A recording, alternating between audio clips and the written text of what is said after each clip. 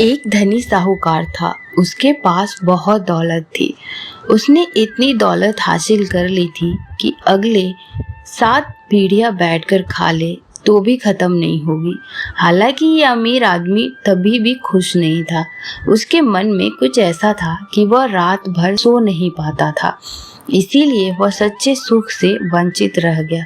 ने सबसे पूछा कि वो ऐसा क्या कर सकता है जिससे कि सुख और शांति से जी सके। किसी ने उसे कहा कि संतों की शरण में जाओ तो संत आपको इससे बचाएंगे।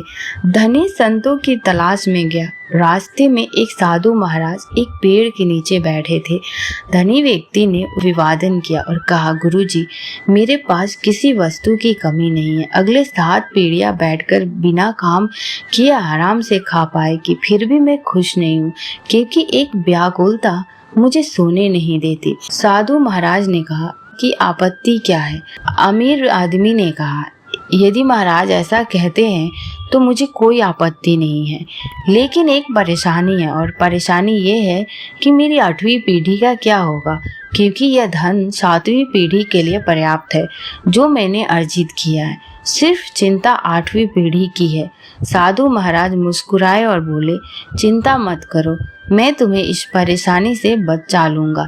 साधु ने उसे 1 किलो चावल की पोटली दी और कहा कि बुढ़िया एक कुटिया में रहती है, उसको चावल देकर आ जाओ, मैं तुम्हें तुम्हारे भरम से मुक्त कराता हूँ। अमीर आदमी चावल लेके बुढ़िया की कुटिया में गया। उस कुटिया में दरवाजा तक नहीं था। वह बुढ़िया भगवान के भजन में लीन थी। अमीर आदमी के पैरों के आहट से बुढ़ी माँ की ध्यान टूट गई। उसने ऊपर देखा और कहा कि बेटा, आप यहाँ क्यों आए हो? उसने कहा, माता जी, आपको चावल देने आया हूँ, यह चावल लो, फिर मैं जाऊंगा। बुढ़ी माँ ने कहा कि मैंने आपको चावल लाने के लिए कहा था क्या आपके सामने हाथ फैलाया था? नहीं ना, फिर चावल क्यों लाए? या पोटली उठाओ और जाओ। फिर अमीर आदमी ने कहा, मुझे उस पेड़ के नीचे बैठे साधु ने भेजा है, इसीलिए मैं आया हूँ। उसने कहा कि जाकर साधु से कह देना कि मेरी कुटिया में 2 दिन के लिए पर्याप्त चावल है। अमीर आदमी ने अपने सामान्य ज्ञान का इस्तेमाल किया। उसने कहा कि माँ जी, आपको तीसरे दिन के लिए चावल काम आएगा। उसने कहा कि आप और वह साधु मेरे तीसरे दिन की चिंता मत करो। बुढ़ी माँ बोली, उस साधु से कहना कि मेरे तीसरे दिन के चावल का संबंध उसी से है जिससे पर मैं इस एकांत स्थान में अपना सारा बोझ लेकर जप करने बैठी हूँ। यह सुनकर अमीर आदमी पोटली लेकर वापस आ गया। साधु के सामने पोटली रखकर चला गया। साधु ने उसे पुकारा, अरे वो सज्जन, तुम समस्या लेकर आए हो ना? मैं तुम्हें इससे बाहर निकालने जा रहा हूँ।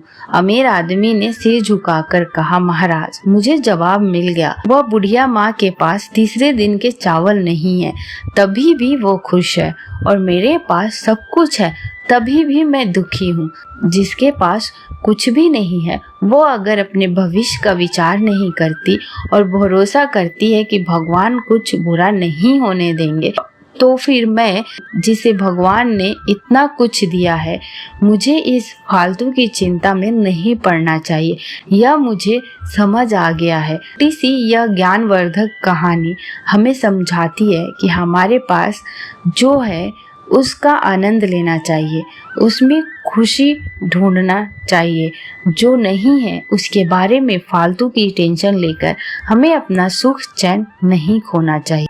रेवत देश में एक देवमाली नामक ब्राह्मण रहता था। वह वेद पुराणों का विद्वान था, शास्त्र प्राणियों पर दया रखने वाला और भगवान की पूजा करने वाला था। किंतु देवमाली में एक ही कमी थी, उसे धन और घर में उसकी बहुत आसक्ति थी। धन प्राप्त करने के लिए वो कुछ भी गलत कर्म करने में भी नहीं हिचकता था। धन के लोभ में वह चंडाल से भी दान ले लेता और दक्षिणा लेकर अपने व्रत, तप, पाठ आदि को भी दूसरे के लिए संकल्प कर देता था। उसके 2 पुत्र हुए, जयमाली और सुमाली। पुत्रों के बड़े होने पर उस लोभी ब्राह्मण ने दोनों पुत्रों को धन कमाने के लिए अनेक उपाय सिखाया। इसी प्रकार का जीवन यापन करते हुए एक दिन देवमाली के मन में विचार आया कि जरा देखूं तो मेरे पास कितना धन है, और वह अपने धन को गिनने बैठ गया। करोड़ों सोने की मोहर गिनते गिनते वह पहले तो बड़ा खुश हुआ, फिर उस धन को देखकर भगवान की कृपा से उसके चित्त में विचार का उदय हुआ। वह सोचने लगा, मैंने अपने बुढ़ापे तक हर तरह के अच्छे बुरे उपाय से इतना धन तो एकत्रित कर लिया, फिर भी अभी तक मेरा लोभ नहीं गया। अब भी मैं अपने घर में सोने का पर्वत देखने की इच्छा में रात दिन जल रहा हूँ। लोग कहते हैं कि धन से सुख मिलता है, किंतु इस धन ने मुझे क्या सुख दिया। बाहर से तो मैं भले सुखी दिखता हूँ, पर मेरे हृदय में तो तनिक भी चैन नहीं है। मैं तो रात दिन तृष्णा तथा चिंता की आग में जला करता हूँ। यह धन की तृष्णा ही मेरे कलेशों का कारण है। जिसको तृष्णा है वह कुछ पा जाए तो उसकी तृष्णा और बढ़ती जाती है। बुढ़ापे में नेत्र, कान, हाथ, पैर आदि सब इंद्रियां और शरीर तो दुर्बल हो जाता है, किंतु तृष्णा तो और भी बलवान होती जाती है। जिसको धन की तृष्णा है वह विद्वान होने पर भी मूर्ख है। धन के लिए मनुष्य रिश्तेदारों में शत्रुता कर लेता है और अनेक प्रकार के पाप करता है। बल, तेज, यश, विद्या, शूरता, कुलीनता और मान, इन सभी को धन की तृष्णा नष्ट कर देती है। धन का लोभी अपमान और कलेश की चिंता नहीं करता, वह पाप को पाप नहीं गिनता। वह अपने हाथों से अपने लिए दुख और नरक का मार्ग उत्साह पूर्वक बनाता। हाय, मैंने धन की लोभ में पड़कर सारी बहुमूल्य आयु नष्ट कर दी। मेरा शरीर भी क्षीण हो गया है। पाप बटोरने में ही मेरा जीवन लगा। इस प्रकार पश्चाताप से ब्राह्मण व्याकुल हो उठा। वह भगवान से अपने उद्धार के लिए प्रार्थना करने लगा। पश्चाताप एवं भगवान की प्रार्थना से देवमाली के हृदय में बल आया। देवमाली ने शेष जीवन भगवान के भजन में लगाने का निश्चय किया। उसने स्वयं जो धन कमाया था उसका आधा धन अपने पास रखकर शेष आधे धन को अपने दोनों पुत्र में बराबर बराबर बांट दिया। देवमाली ने अपने भाग के धन से मंदिर, सरोवर, कुएं, धर्मशाला आदि बनवाए, वृक्ष लगाए, अन्न दान किए। इस प्रकार अपने अपार धन को सत्कर्म में लगाकर वह तपस्या करने आश्रम को चला गया। आश्रम में देवमाली ने पुष्प फलों से सुशोभित सुंदर वृक्षों वाला एक आश्रम देखा। यहाँ अनेक वृद्ध मुनिगण सहस्त्र चिंतन में लगे रहते थे, भगवान की सेवा करते हुए निवास करते थे। उन्हीं मुनियों के बीच में एक परम शांत तेज पूज्य महात्मा भगवान की स्तुति कर रहे थे। देवमाली ने उसके चरणों में मस्तक रखकर प्रणाम किया एवं परम तपस्वी केवल सूखे पत्ते खाकर रहने वाले महात्मा जयंती थे। ब्राह्मण ने अपना सारा इतिहास महात्मा जयंती को सुनाकर नम्रता पूर्वक उनसे अपने उद्धार का उपाय पूछा। महात्मा जयंती ने कृपा करके ब्राह्मण से कहा, तुम नित्य निरंतर भगवान विष्णु का ही स्मरण और किसी के दोष मत देखो, किसी की चुगली मत करो, सदा परोपकार में लगे रहो, मूर्ख का साथ छोड़कर श्री हरि की पूजा में ही लगे रहो। काम, क्रोध, लोभ, मोह, मद, द्वेष को त्याग कर सभी प्राणियों को सर्वदा अपने सम्मान समझो। न तो कभी किसी से कोई कठोर वचन कहो और न कोई निर्दयता का व्यवहार करो।